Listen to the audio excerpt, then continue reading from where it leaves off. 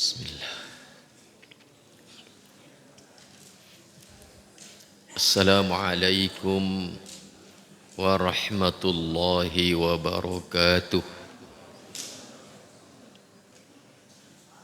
Innal hamdalillah nahmaduhu wa nasta'inuhu wa nastaghfiruh wa na'udzu billahi min syururi anfusina wa min sayyiati a'malina may yahdihillahu fala mudilla lah wa may yudlil fala hadiya lah.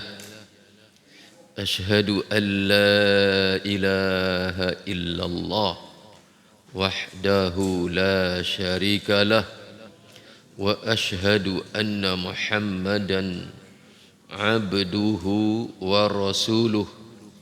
Allahumma salli wa sallim ala Muhammadin wa ala alihi wa ashabihi wa man tabi'ahum bi ihsanin ila yaumiddin. Amma ba'du, fa inna asdaqal hadith kitabullah wa khairal hadyi hadyu Muhammadin sallallahu alaihi wasallam wa syarrul umuri muhdatsatuha wa kullu muhdatsatin bid'ah wa kullu bid'atin dhalalah wa kullu dhalalatin finnar. Saudara-saudaraku, para bapa, para ibu, hadirin, hadirat, ikhwatal iman, a'azzani Allah wa iyyakum. Alhamdulillah, kita panjatkan puji syukur kehadirat Allah Subhanahu wa taala atas segala nikmat yang telah Allah karuniakan kepada kita. Selanjutnya salawat dan salam kita mohonkan kepada Allah Subhanahu wa taala agar senantiasa dilimpahkan dan dicurahkan kepada junjungan kita Rasulullah Nabi Muhammad sallallahu alaihi wasallam beserta keluarga beliau, para sahabat beliau dan orang-orang yang mengikuti mereka dengan baik sampai hari kiamat nanti. Saudara-saudaraku, ikhwatal iman, hadani Allah wa iyyakum. Kita kembali berjumpa dengan Mukhtasar Jami'il Ulumi wal Hikami karya Al-Imam Ibn Rajab Al-Hambali rahimahullah. Dan pada pertemuan kali ini, bagi antum yang pegang kitab, kita sekarang berada di halaman 99. Benar. Al-Hadithu Ar-Rabi'u wal Ishrun. Hadis yang ke-24. Bismillahirrahmanirrahim. Qala al-musannifu rahimahullah. Al-hadithu ar-rabi'u wal ishrun. Hadis yang ke-24. An Abi Dzarrin radhiyallahu anhu, dari Abu Dzar radhiyallahu anhu, anin nabiyyi, dari Nabi Muhammad sallallahu alaihi wasallam, fima yarwi an rabbih, tentang apa yang beliau riwayatkan dari Rabbnya azza wa jal, annahu, bahwasanya Rabb Allah, Rabbuna azza wa jal, qala, telah berfirman. Ini artinya hadis qudsi. Rasul meriwayatkan dari Allah. Kata Rasul, Allah telah berfirman.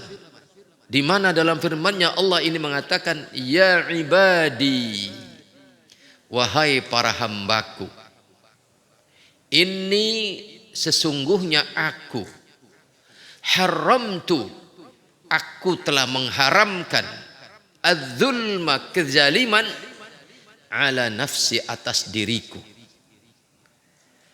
Wa ja'altuhu, dan aku jadikan kezaliman itu bainakum, di antara kalian, sebagai muharraman, yang diharamkan. Fala tadzalamu, maka janganlah kalian saling menzalimi. Ya ibadi, wahai para hambaku, kata Allah, kullukum dhallun, setiap kalian itu tersesat, illa, kecuali, man hadaituhu, orang yang aku beri hidayah kepadanya. Fastahduni, maka mintalah hidayah kepadaku. Ahdikum, maka pasti aku beri hidayah kalian. Ya ibadi, wahai para hambaku, kullukum ja'i'un, kullukum, semua kalian itu ja'i'un, orang yang lapar. Illa man at'amtuhu, kecuali orang yang aku beri makan kepadanya. Fastat'imuni, maka mintalah makan kepadaku. Ut'imkum, maka pasti aku beri makan kalian. Ya ibadi, wahai para hambaku, kullukum arin, setiap kalian itu telanjang. Illa man kasautuhu, kecuali orang yang aku pakaikan kepadanya pakaian, kecuali orang yang aku beri pakaian kepadanya. Fastaksuni, maka mintalah kalian akan pakaian kepadaku. Aksukum, maka aku akan berikan pakaian kepada kalian. Ya ibadi, wahai para hambaku, innakum tukhti'una bil-laili wan-nahar, sesungguhnya kalian adalah melakukan kesalahan bil-laili, di waktu malam, wan-nahar, dan di waktu siang.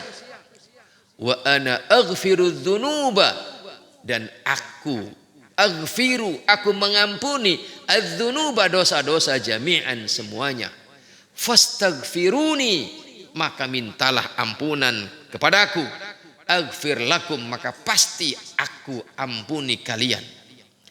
Ya ibadi, wahai para hambaku, innakum, sesungguhnya kalian, lan tablughu, tidak akan sampai, dharri, untuk bisa memadoroti aku.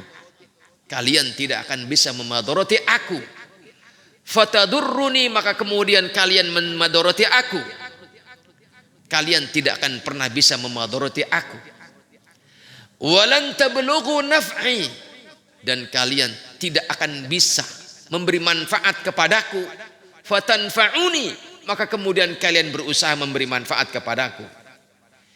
Ya ibadi, wahai para hambaku, lau anna awwalakum, jika seandainya orang pertama kalian, wa akhirakum, sampai orang yang paling terakhir kalian, wa insakum, dari kalangan manusia-manusia kalian, wa jinnakum, dan dari kalangan jin-jin kalian, kanu ala atqa qalbi rajulin wahidin minkum, kemudian mereka berada pada kualitas ketakwaan tingkat tinggi, gabungan seluruhnya. Kemudian gabungan ketakwaan seluruh manusia dari awal sampai akhir, gabungan ketakwaan tingkat tinggi dari jin pertama sampai jin terakhir digabung jadi satu, kemudian diberikan kepada rajulin wahidin minkum. Semua masing-masing memiliki ketakwaan gabungan tingkat tinggi, seluruh manusia dari awal sampai akhir, seluruh jin dari awal sampai akhir. Kemudian semuanya beribadah kepadaku. Mazada dzalika fi mulki syai'a, itu tidak menambah kekuasaanku, tidak menambah kemuliaan kerajaanku. Ya ibadi, wahai para hambaku, lau anna awwalakum, jika seandainya orang pertama kalian, wa akhirakum, terus sampai orang terakhir kalian, wa insakum, dari kalangan manusia-manusia kalian, wa jinnakum, dan dari kalangan jin-jin kalian, kanu ala afjari qalbi rajulin wahidin minkum, semuanya memiliki kefajiran yang paling fajir, tingkat tinggi, kemudian digabungkan, dan gabungan kefajiran, kelacuran, kebrengsekan tingkat tinggi, gabungan seluruh manusia dari awal sampai akhir, seluruh jin dari awal sampai akhir, gabungan itu diserahkan kepada masing-masingnya. Kemudian semuanya beramai-ramai menghinakan Allah. Maka kata Allah, ma naqasa dzalika min mulki syai'a, itu tidak mengurangi kekuasaanku sedikit pun, tidak mengurangi kemuliaan kerajaanku sedikit pun. Ya ibadi, wahai para hambaku, lau anna awwalakum, dan seandainya orang-orang pertama kalian, wa akhirakum, dan sampai orang yang paling terakhir dari kalian, wa insakum, dari kalangan manusia-manusia kalian, wa jinnakum, dan jin-jin kalian, kamu semuanya berdiri fi sa'idin wahidin, dalam satu waktu yang sama, di tempat yang sama. Kemudian fasa'aluni, semuanya manusia awal sampai akhir, jin awal sampai akhir, semuanya berduyun-duyun, semuanya meminta kepadaku. Fa'ataitu, kemudian aku memberi kalian semua.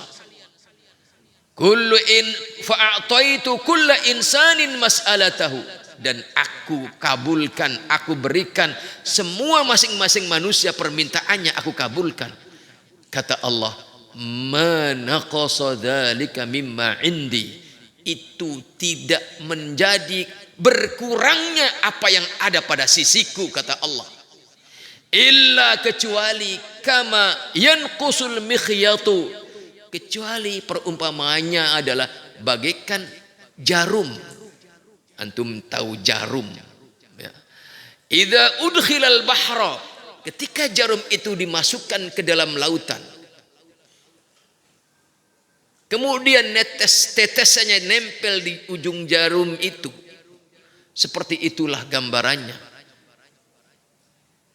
Walaupun seluruh manusia dari awal sampai akhir, jin dari awal sampai akhir, semuanya meminta kepada Allah, dan Allah berikan masing-masing permintaannya, itu tidak mengurangi apa yang ada dimiliki oleh Allah berupa karunia, kecuali seperti bagaikan berkurangnya air lautan yang nempel setetes di ujung jarum itu. Ya ibadi, wahai para hambaku, innama hiya a'malukum uhsiha lakum, sesungguhnya amalan-amalan kalianlah yang aku perhitungkan untuk kalian.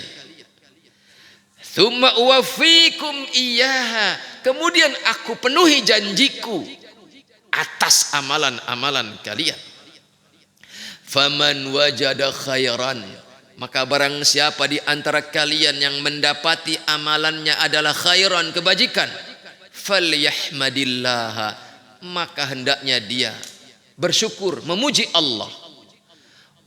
Wa man wajada ghaira dzalika, dan sebaliknya kata Allah, barang siapa yang mendapatkan selain daripada kebaikan, yakni keburukan yang dia dapatkan tentang amalannya, fala yalumanna, maka janganlah orang itu mencela illa nafsahu, kecuali celaklah dirinya sendiri. Hadis sahih rawahu Muslim, diriwayatkan oleh Al-Imam Muslim. Hadis yang lumayan panjang. Di dalamnya ada banyak hal yang bisa kita jadikan panduan di dalam bagaimana membaca posisi kita di hadapan Allah dan bagaimana kita berinteraksi dengan Allah Subhanahu wa taala. Maka Mari kita ikuti syarahnya oleh Al-Imam Ibn Rajab Al-Hambali rahimahullah. Kata beliau, qauluhu sallallahu alaihi wasallam fima yarwi an rabbih. Sabda Nabi dalam apa yang beliau riwayatkan dari firman Rabbnya, yaitu Allah, yang berbunyi, ya ibadi, kata Allah, wahai para hambaku, inni haramtu zulma ala nafsi, sesungguhnya aku haramkan kezaliman atas diriku. Yakni maksudnya annahu, bahwasanya dia Allah, mana'a nafsahu, dia menetapkan bagi dirinya untuk tidak melakukan minadz-zulmi li'ibadih, untuk melakukan kezaliman terhadap para hambanya. Allah tahan dirinya, Allah cegah dirinya untuk melakukan kezaliman kepada para hambanya. Kama qala azza wa jal, sebagaimana Allah azza wa jalla telah berfirman di dalam Al-Quran. Kata Allah, wa mallahu yuridu zulman lil ibad, dan tidaklah Allah menginginkan kezaliman terhadap hamba-hambanya. Di sini dijelaskan oleh Al-Imam Ibn Rajab Al-Hambali rahimahullah, wa huwa mimma yadullu, ini adalah merupakan dalil ala anna Allah qadirun ala zulmi, sesungguhnya Allah itu mampu untuk melakukan kezaliman kepada kita para hambanya. Walakinnahu la yaf'aluhu, akan tetapi itu tidak dilakukan. Kenapa? Fadlan minhu wajudan wa karaman wa ihsanan ila ibadih, sebagai bentuk karunia, sebagai bentuk jud, kedermawanan dia, sebagai bentuk karaman, kedermawanan dia, dan sebagai bentuk ihsan, kebaikan dia Allah kepada kita para hambanya. Maka apa itu kezaliman? Maka kata Al-Imam Ibn Rajab, wa qad fassara, sungguh telah menafsiri, katsirun minal ulama, banyak dari kalangan para ulama menafsiri az-zulma, apa itu kezaliman. Mereka menjelaskan az-zulm itu adalah bi annahu wad'ul asya'i fi ghairi mawdi'ihi, meletakkan sesuatu bukan pada tempatnya. Ketika kita tidak menempatkan sesuatu pada tempatnya, maka itu adalah kezaliman. Dan kata Al-Imam Ibn Rajab Al-Hambali, a'zamuz zulmi, paling besar-besarnya kezaliman adalah asyirku billah, kesyirikan kepada Allah subhanahu wa ta'ala.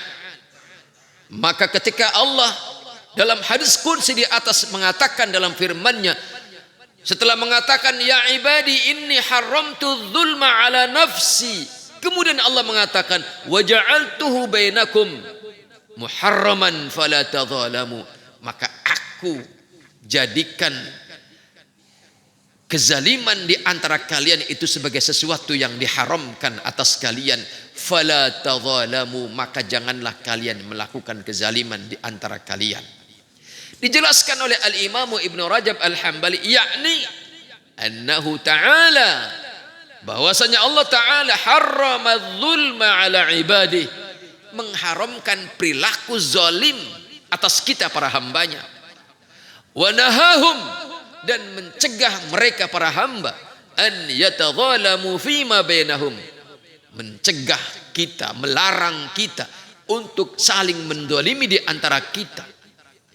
Wadzulmu fi nafsihi muharraman, wadzulmu fi nafsihi muharramun mutlaqan, kezaliman itu memang dia diharamkan secara asal, dia secara dianya sebagai kezaliman itu diharamkan. Dan kata beliau, wa huwa naw'ani, kezaliman itu ada dua macam. Saudaraku ikhwatal iman, hadani Allah wa iyyakum. Apa saja dua macam kezaliman itu? Dijelaskan oleh Al-Imam Ibn Rajab Al-Hambali rahimahullah. Ahaduhuma, yang pertama dari dua macam kezaliman itu adalah zulmun nafsi. Kezaliman yang kita lakukan terhadap diri kita sendiri. Wa a'zamuhu, dan sebesar-besar kezaliman pada diri sendiri kita sendiri adalah asyirku, ketika kita melakukan kesyirikan. Wal'iyadu billah.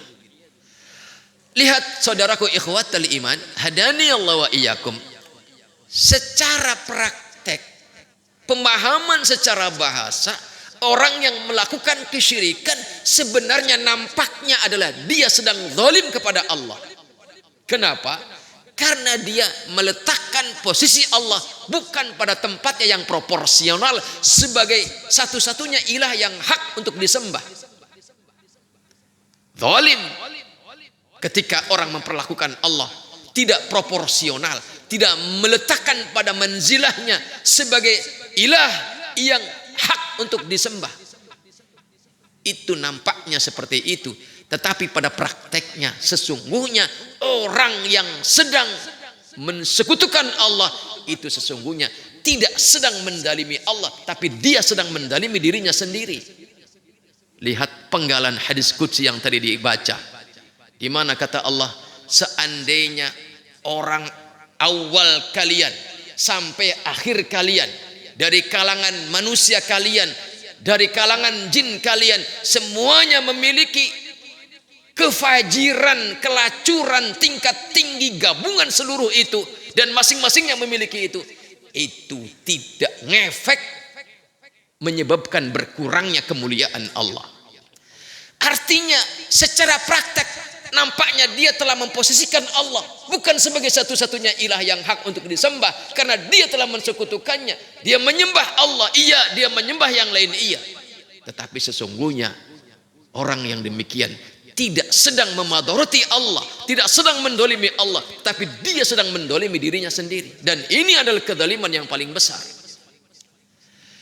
Saudaraku ikhwatal iman, hadani Allah wa iyyakum. Maka zulmun nafsi disebut oleh Al-Imam Ibn Rajab Al-Hambali, bentuknya adalah ketika orang mendolimi dirinya sendiri, bentuknya yang paling besar adalah ketika dia melakukan kemusyrikan, melakukan kesyirikan kepada Allah Subhanahu wa taala. Sebagaimana kama qala ta'ala, telah berfirman Allah taala, innasyirka, sesungguhnya kesyirikan itu la zulmun azimun, bentuk kezaliman yang paling besar. Kenapa? Di sini dijelaskan oleh Al-Imam Ibn Rajab, fa innal musyrika ja'ala al-makhluqa fi manzilatil khaliq. Orang musyrik yang melakukan kemusyrikan itu menjadikan makhluk berada pada posisi al-khaliq. Kuburan dia datang, kemudian dia bilang iqdi hajati, iqdi hajati, ya fulan, iqdi hajati. Ini dia telah menjadikan al-makhluk pada posisi al-khaliq. Fa'abadahu, maka kemudian dia menyembah makhluk itu, wa ta'allahahu, dan dia berilah kepada makhluk itu. Ini artinya fawadu'al asya'a, dia telah meletakkan sesuatu fi ghairi mawdi'iha, bukan pada tempatnya. Makhluk diposisikan sebagai khaliq. Ini adalah kezaliman. Dan walaupun secara pemahaman zahir dia juga telah menempatkan Allah bukan pada posisinya, bukan sebagai satu-satunya ilah yang hak. Secara zahir dia sedang menzalimi Allah, tetapi sebagaimana dalam hadis qudsi tadi dikatakan, lan tablughu darri fatadurruni, kalian tidak akan pernah bisa memadorotiku. Artinya ketika orang melakukan kezaliman secara zahir nampaknya mendalimi Allah, berupa meletakkan Allah bukan pada posisinya sebagai satu-satunya ilah yang hak disembah, tetapi dia menduakan Allah. Nampaknya secara zahir dia sedang mendolimi Allah, tetapi hakikatnya dia bukan sedang mendolimi Allah, tetapi dia sedang mendolimi dirinya sendiri. Dan ini adalah a'zamuz zulmi, merupakan sebesar-besar kezaliman. Saudaraku ikhwatal iman, hadani Allah wa iyyakum. Selanjutnya kata al-Imam Ibn Rajab al-Hambali rahimahullah, wa aktsaru ma, kebanyakan apa yang dzukira fil Quran, kebanyakan apa yang disebutkan dzukira, disebutkan fil Qur'ani, di dalam Al-Qur'an, min wa'ididz zalimin, berupa ancaman terhadap orang-orang yang zalim, innama urida bihil musyrikun, sesungguhnya yang dimaksudkan, yang diinginkan dalam ancaman yang disebutkan dalam Al-Quran yang ditujukan kepada orang zalim, itu maksudnya adalah orang-orang musyrik. Terdepan orang yang disebut zalim adalah orang yang musyrik. Dan kata Al-Imam Ibn Rajab, kebanyakan ancaman yang Allah sebutkan yang ditujukan kepada orang-orang zalim, itu maksudnya orang zalim itu adalah orang musyrik. Kama qala Allah subhanahu wa ta'ala, wal kafiruna humuz zalimun. Ketika Allah berfirman, orang-orang kafir itulah mereka, orang-orang yang zalimun. Saudaraku ikhwatal iman, baru kemudian ancaman yang lain itu, thumma yalihil ma'asi, kemudian ancaman-ancaman dosa, ancaman siksa, ancaman sanksi dari Allah, baru kemudian disebutkan kepada orang-orang ahli maksiat, ala ikhtilafi ajnasihim, ala ikhtilafi ajnasiha, sesuai dengan tingkatan jenis kemaksiatannya, min kabaira wa saghaira, ada dosa besar, ada dosa kecil. Ini yang pertama dari dua macam kezaliman, yaitu zulmun nafsi, kezaliman kita pada diri kita sendiri. Dan ini bentuknya adalah ketika seseorang itu melakukan kesyirikan kepada Allah, maka sesungguhnya dia sedang menzalimi dirinya sendiri. Dan ini adalah a'zamuz zulmi, azlamuz zulmi, kezaliman yang paling zalim. Sedangkan wathani, yang kedua macam dari dua macam kezaliman adalah zulmul abdi li ghairih, kezaliman seorang hamba terhadap orang lain. Wa huwa al-madhkur fi hadzal hadis, yaitu apa yang disebutkan dalam hadis ini. Wa an Ibni Umar, disebutkan dalam hadis qudsi, hadis yang ke-24 dalam hadis ini, di mana kata Allah, fa inni ja'altuhu wa ja'altuhu muharraman wa ja'altuhu bainakum muharraman fala tadzalamu. Aku jadikan kezaliman di antara kalian itu haram, maka janganlah kalian saling mendolimi. Artinya bentuk kedua, macam kedua dari dua macam kezaliman itu adalah kezaliman yang dilakukan oleh manusia kepada manusia yang lain. Dan kata Al-Imam Ibn Rajab mengutip hadis an Ibni Umar radhiyallahu anhu, anin Nabi sallallahu alaihi wasallam annahu qala, Nabi bersabda, az-zulmu, yang namanya kezaliman itu, zulumatun, merupakan kegelapan yang berlapis-lapis. Zulumat, kegelapan yang banyak, yaumal qiyamah, pada hari kiamat nanti. Kezaliman apapun yang kita lakukan terhadap orang lain, maka itu akan mendatangkan kegelapan kita di hari kiamat nanti. Dan muqaddimah, pendahuluan hari kiamat itu adalah bernama alam kubur. Saudaraku ikhwatal iman, hadani Allah wa iyyakum. Maka kata Nabi, fala tadzalamu, janganlah kalian saling menzolimi di antara kalian. Wa an Abi Hurairah radhiyallahu anhu 'anin Nabi sallallahu alaihi wasallam qala, Nabi bersabda, "Man kanat indahu madlamatun li akhihi," barang siapa yang ada pada dirinya kezaliman terhadap saudaranya yang lain, falyatahallalhu minha, maka hendaknya minta kehalalan kepada saudaranya itu. Minta dihalalkan atas kezaliman yang dia lakukan kepada saudaranya itu. Kenapa? Kenapa jangan sampai terbawa ke akhirat? Fa innahu laisa thamma dinarun wala dirhamun. Karena sesungguhnya di sana nanti, laisa thamma, tidak ada di sana nanti, di alam kubur nanti tidak ada dinar, tidak laku dinar, wala dirhamun, tidak laku dirham, min qabli an yu'khadha li akhihi min hasanatihi. Tetapi solusinya adalah apabila kezaliman yang kita lakukan kepada orang lain itu terbawa sampai mati, tidak minta dihalalkan, tidak minta dibebaskan, maka solusinya adalah kebaikan yang kita miliki itu akan diambil untuk menebus kezaliman kita kepada orang lain itu. Dan kata Nabi, fa illam yakun lahu hasanatun, kalau ternyata kemudian habis kebaikan yang kita miliki, sementara kezaliman belum habis tertebus, maka ukhidha min sayyiati akhihi, ukhidha min sayyiati akhihi, maka keburukan orang yang kita zalimi itu, keburukannya diambil, faturihat alaih, untuk kemudian dicampakkan, dilemparkan kepada kita yang telah mendoliminya, yang tidak bisa menebusnya dengan kebaikan yang kita miliki karena habisnya kebaikan yang kita miliki. Dan inilah kebangkrutan yang nyata. Kebangkrutan yang nyata. Nabi pernah bertanya kepada para sahabatnya, atadruna manil muflis, kata Rasul, tahukah kalian siapa kategori orang yang dikatakan bangkrut?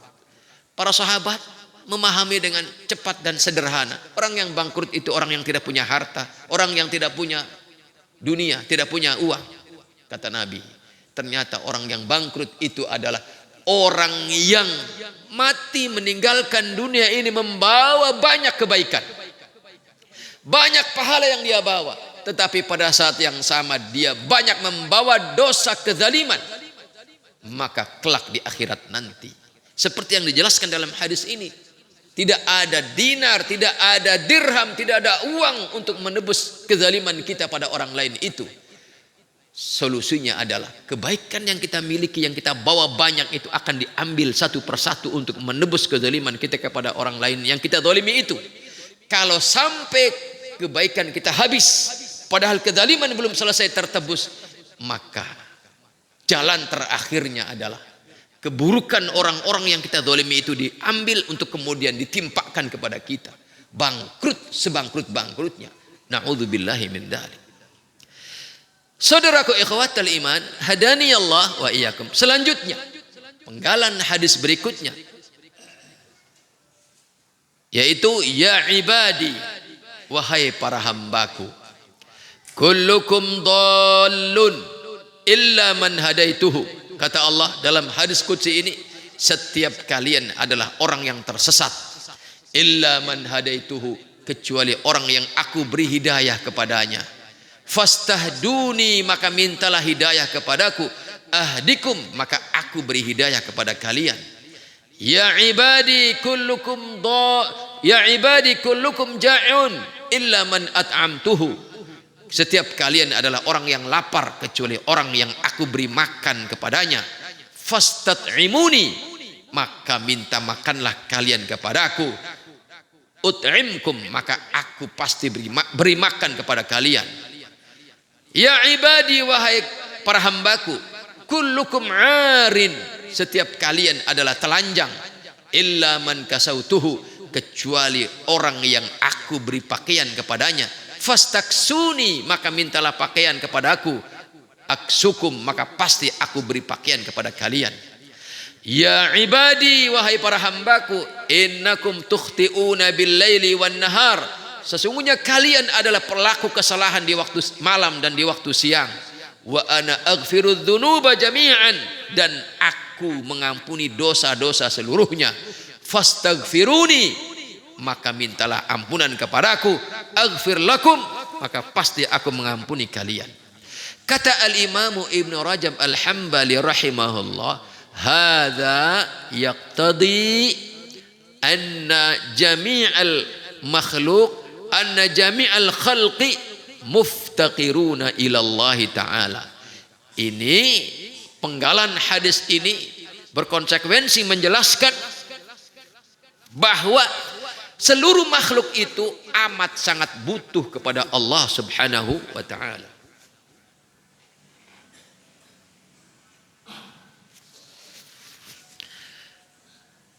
Muftaqiruna ila Allah Ta'ala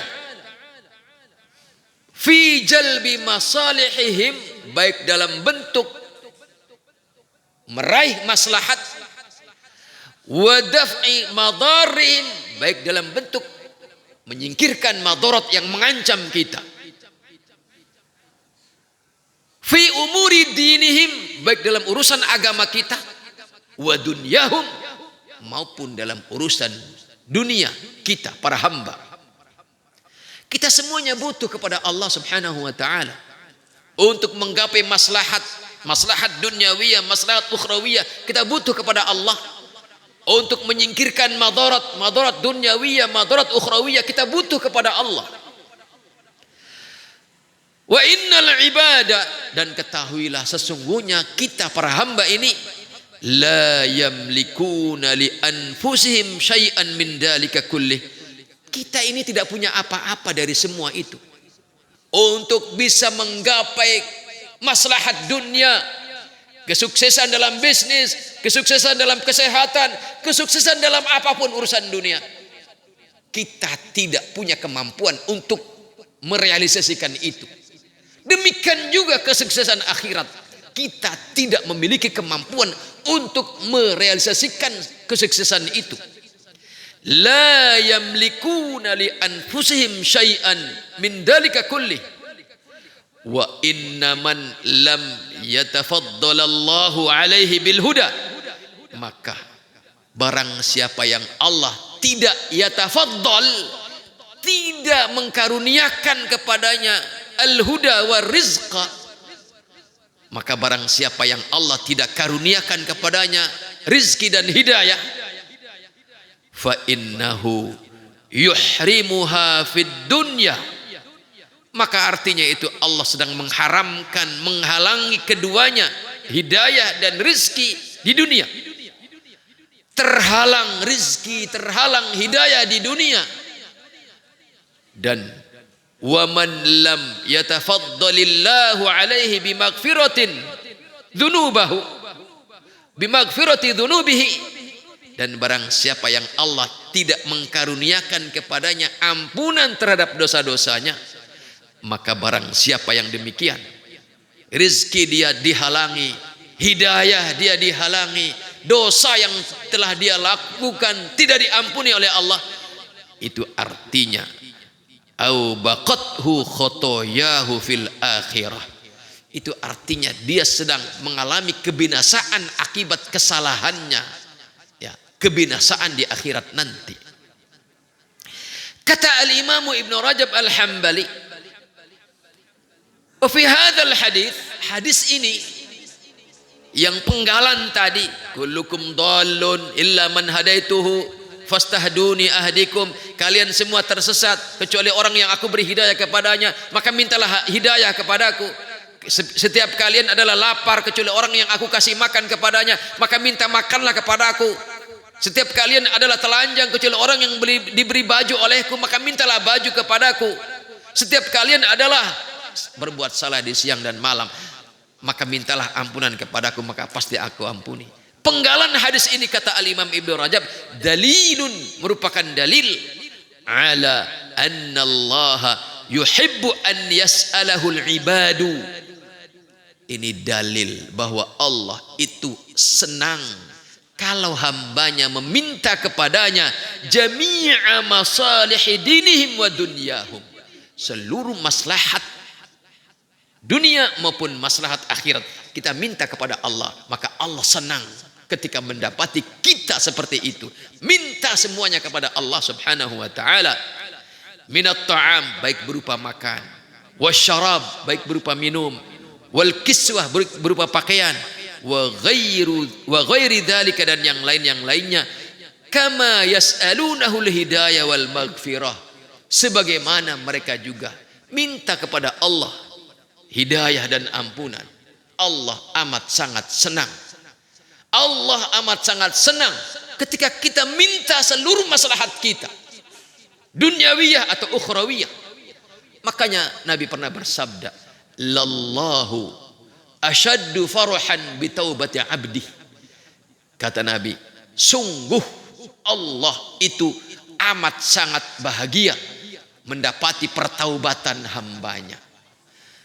Allah amat sangat senang mendapati hambanya meminta ampunan kepadanya. Dan seperti itulah Allah juga amat sangat senang ketika kita minta urusan dunia kita, maslahat dunia kita, minta hanya kepada Allah Subhanahu wa taala. Maka saudaraku ikhwatal iman, hadani Allah wa iyyakum, kata al-Imam Ibnu Rajab, wa kana ba'dus salafi, adalah sebagian salaf, generasi terbaik dari umat ini, yas'alullaha, mereka minta kepada Allah fi salatihi, di dalam solatnya, kulla hawaijihi, semua kebutuhannya, hatta milha ajinihi, sampai dalam urusan minta garam,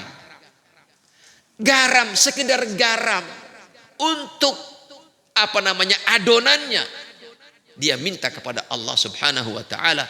Wa ala fasyatihi, dan hanya dalam urusan rumput untuk binatang ternaknya dia juga minta kepada Allah Subhanahu wa taala. Luar biasa. Jangan menyepelekan permintaan kepada Allah. Tidaklah seseorang meminta kepada Allah, tidaklah seseorang memohon kepada Allah kecuali menunjukkan banyak kemuliaan. Yang pertama, itu isyarat bahwa Allah memberikan sinyal kepadanya, Allah akan mengabulkan apa yang kita minta. Ketika Allah ingin mengabulkan apa yang kita inginkan, Allah ilhamkan orang itu untuk berdoa kepada Allah Subhanahu wa taala. Allah ilhamkan kepada orang itu untuk meminta kepada Allah Subhanahu wa taala. Dan yang lebih penting daripada itu, tidaklah seseorang itu meminta kepada Allah, tidaklah seseorang itu berdoa kepada Allah kecuali itu artinya menunjukkan adanya iman yang kuat pada orang tersebut. Kenapa? Karena Allah tidak nampak. Allah zat yang gaib, adalah gaib bagi kita. Tapi kemudian kok kita percaya ada, bahwa Allah itu ada, dan kita percaya dan iman bahwa Allah itu mampu memberikan semua itu. Tidaklah seseorang berdoa, tidaklah seseorang meminta kepada Allah kecuali itu artinya menunjukkan adanya keimanan yang dalam, iman yang kokoh di dalam orang tersebut. Maka saudaraku ikhwatal iman, sebagaimana dikatakan oleh para salaf, bahwa tidaklah kebaikan itu yang kita inginkan kecuali pasti itu ada di genggaman Allah. Dan tidaklah keburukan yang ingin kita singkirkan, kecuali itu ada di dalam genggaman Allah. Dan apapun yang kita inginkan dari kebaikan yang ingin kita gapai dan keburukan yang ingin kita singkirkan, kecuali kita dengan meminta kepada Allah. Maka dari sini kata para salaf, aku menjadi tahu doa itu adalah tali simpul semua, mengikat semua kebaikan. Kebaikan dalam rangka jalbul masalih, kebaikan dalam rangka daf'ul madar. Maka tali simpulnya yang mengikat semua itu adalah dengan doa-doa kita. Maka saudaraku ikhwatal iman, hadani Allah wa iyyakum, kata al-Imam Ibnu Rajab, fa inna kullama yahtajul abdu ilaihi, sesungguhnya segala apa yang dibutuhkan oleh seorang hamba, idza sa'alahu minallah, apabila dia mintanya kepada Allah, faqad adhharu hajatahu fi, artinya dia sedang menampakkan rasa butuhnya kepada Allah, waftiqarahu ilallah, dan sedang menampakkan kefakirannya, amat sangat butuhnya kepada Allah. Dan itu ketika kita menampakkan rasa butuh kepada Allah, ketika kita menampakkan rasa fakir kepada Allah, wadzalika yuhibbuhullah, Allah amat sangat senang kepada orang yang menampakkan kefakiran dan butuhnya kepada Allah Subhanahu wa taala. Dan cukuplah itu sebagai kebaikan. Jikapun tidak ada kebaikan-kebaikan yang lain kecuali hanya mendapatkan cintanya Allah, maka cukup itu untuk mendorong kita untuk melakukan permohonan, berdoa dan meminta kepada Allah Subhanahu wa taala. Maka berdoalah, maka Allah mencintai orang-orang yang berdoa. Selanjutnya anwa'ul hidayah wa fadlul istighfar, macam-macam hidayah dan keutamaan istighfar. Ini akan kita bahas pada pertemuan yang akan datang insya Allah, agar kita tahu hidayah, agar kita tahu kemuliaan istighfar. Dan dengan mengetahui kemuliaan istighfar, maka kita akan bisa termotivasi untuk memperbanyak istighfar. Sebagaimana Rasul dikabarkan oleh Abu Hurairah, kata Abu Hurairah, aku menghitung-hitung dalam satu majelisnya Rasul, aku mendapati hitungan Rasul itu di sela-sela pembicaraannya, aku dapati tidak kurang dari 100 kali Nabi beristighfar di dalam satu majelis. Luar biasa, termotivasi karena beliau tahu betul apa keutamaan istighfar. Maka insya Allah akan kita dapati penjelasan itu pada pertemuan yang akan datang insya Allah. Kita akhiri. Assalamualaikum warahmatullahi wabarakatuh. Subhanakallahumma bihamdika asyhadu an la ilaha